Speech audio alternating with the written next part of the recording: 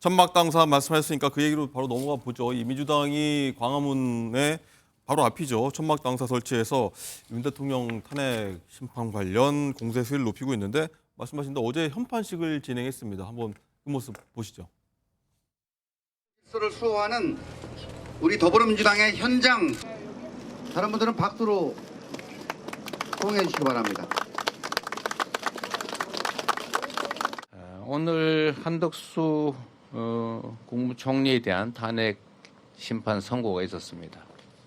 결정이야 존중하지 않을 수 없는 상황이지만 명백하게 고의적으로 헌법기관 구성이라고 하는 헌법상의 의무를 어긴 이 행위에 대해서 탄핵할 정도는 이르지 않았다라는 판결을 우리 국민들께서 과연 납득할지 모르겠습니다. 헌법재판소가 내란 숙의 윤석열을 파면할 때까지 광화문 천막 당사를 투쟁의 거점을 삼아 국민과 함께 내란 종식을 위해 싸우겠습니다.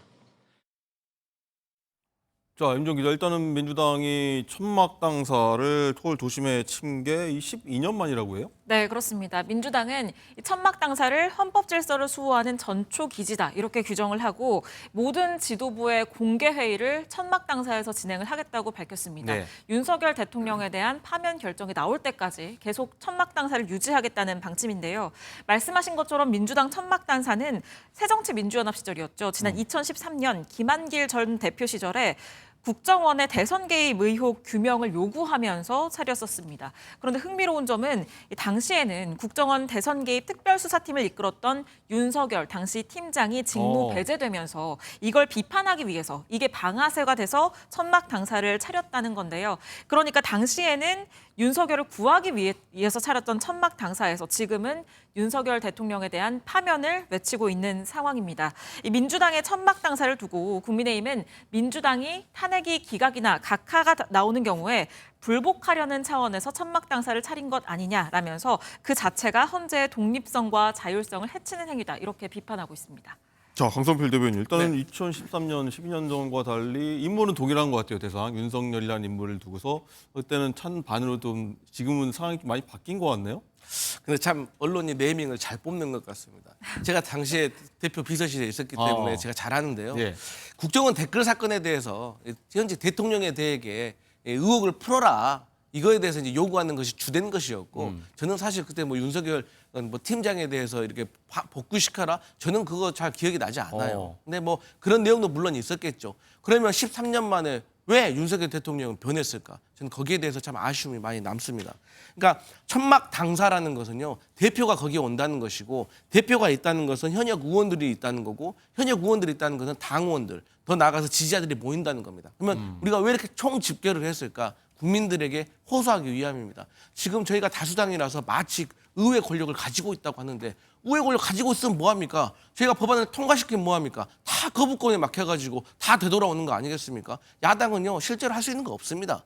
그래서 야당의 본연의 임무는 뭡니까? 견제와 비판입니다. 그래서 어쨌든 이 정부에 대해서 제대로 된 어떤 권한 대행에 대해서 역할을 요구하는 것이고 또 헌법재판소에서 앞서 말씀드렸던 이유로 빨리 선고를 해달라. 그래서 사회적 갈등을 종료시키자. 이런 차원에서 국민들에게 더 널리 알리기 위해서 제가 천막 당사를 쳤다. 이런 말씀 드리겠습니다. 하나 더 질문 드리면은 일단은 뭐 천막 당사 설치 두고서 민주당 내에서도 좀 이견이 있는 것 같은데 실제로 그렇습니까, 분위기가? 왜 그러냐면 이 천막 당사라는 것이요. 나가서 치는 거는 쉽지만 들어올 때 상당히 난감합니다.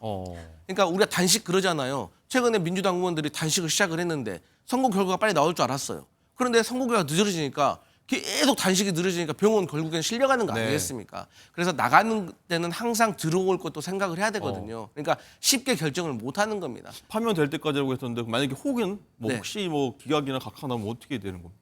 그러면은 말씀하셨던 것처럼 저희가 결정 날 때까지는 있어야 되는 거죠. 아마 저희 과거 13년 전에 한 몇 달 있었을걸요. 여름 되기 전에 가서 저희가 가을에 들어왔으니까. 그래서 상당 기간인데 그만큼의 결기가 없으면 또 나가서도 안 되는 것이죠. 그리고 결기를 보여줘야 또 지지자와 당원들도 힘을 내기 때문에 저희가 최선을 다해서 한번 역할을 하겠습니다. 네. 자, 김규영 대변인. 네. 국민의힘은 어떻게 바라보고 있는지 좀 궁금한 대목입니다. 이게 어떤 좀 민주당 여론전이라고도 볼 수가 있을 텐데 자, 통할 것인지. 네. 궁금합니다. 저희가 이제 천막 당사하는 쪽에 이제 광화문 아닙니까? 거기에 많은 외국인들이 관광을 하러 와서 사진을 많이 찍습니다. 근데 그 사진을 찍는데 천막 농성하는 모습이 걸리잖아요. 그래서 비껴가면서 어떻게 보면 촬영을 하고 있습니다. 참 씁쓸한데요.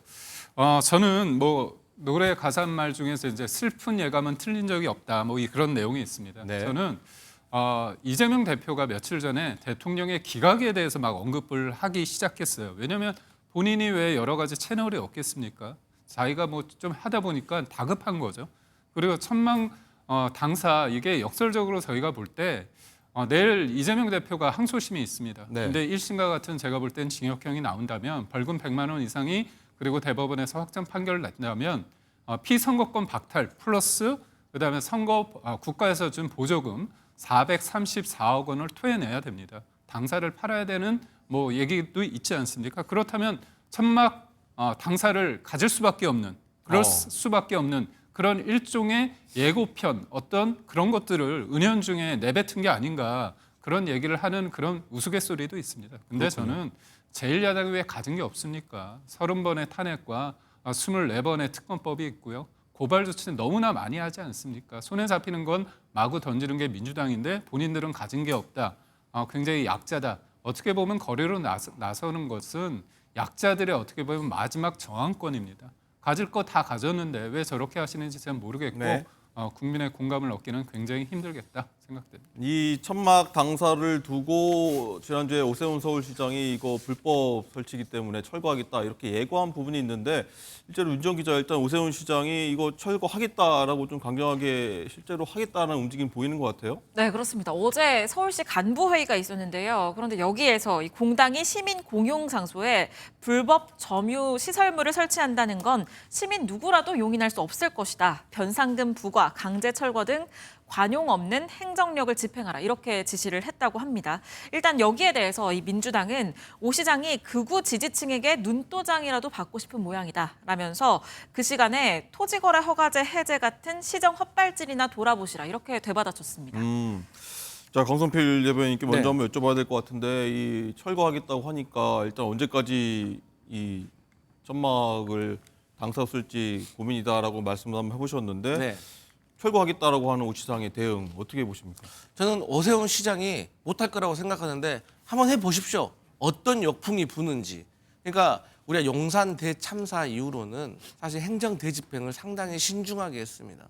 그러니까 그 이유가 뭐냐면 어쨌든 인적인 충돌이 생기면은 피해가 생기고 인적 피해가 생기기 때문에 우리가 행정 집행력을 최소화했던 것이거든요.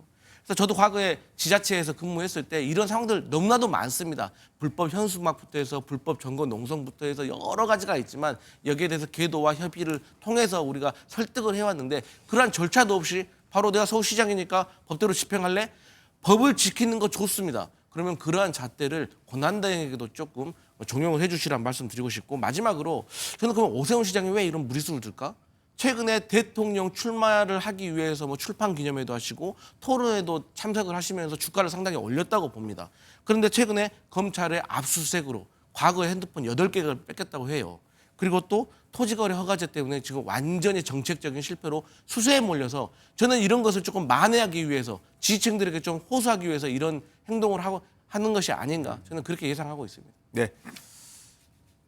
아까 오 시장 얘기 그리고 천막 당사 관련해서 말씀해 주셨겠는데 이걸로 그냥 가름하고 넘어가도록 하겠고 자 윤정 기자 일단은 이재명 대표 얘기를 해볼 텐데 조금 전에 대장동 재판에 출석을 했어요. 네. 어떻게 10시를 됐습니까? 조금 예. 넘긴 시간에 이재명 대표가 대장동 재판 출석을 위해서 예. 이 법원에 갔는데요. 물론 기자들이 관심을 가진 건 대장동 재판보다는 바로 내일 있을 항소심 선고였겠죠. 관련해서 영상 확인해 보시죠. 2심 선고 결과 어떻게 예상하시나요? 윤 대통령 선거 결과 밀리면서 대통령 2심 선고가 먼저 나오게 되는데 이런 상황 적절하다고 보세요?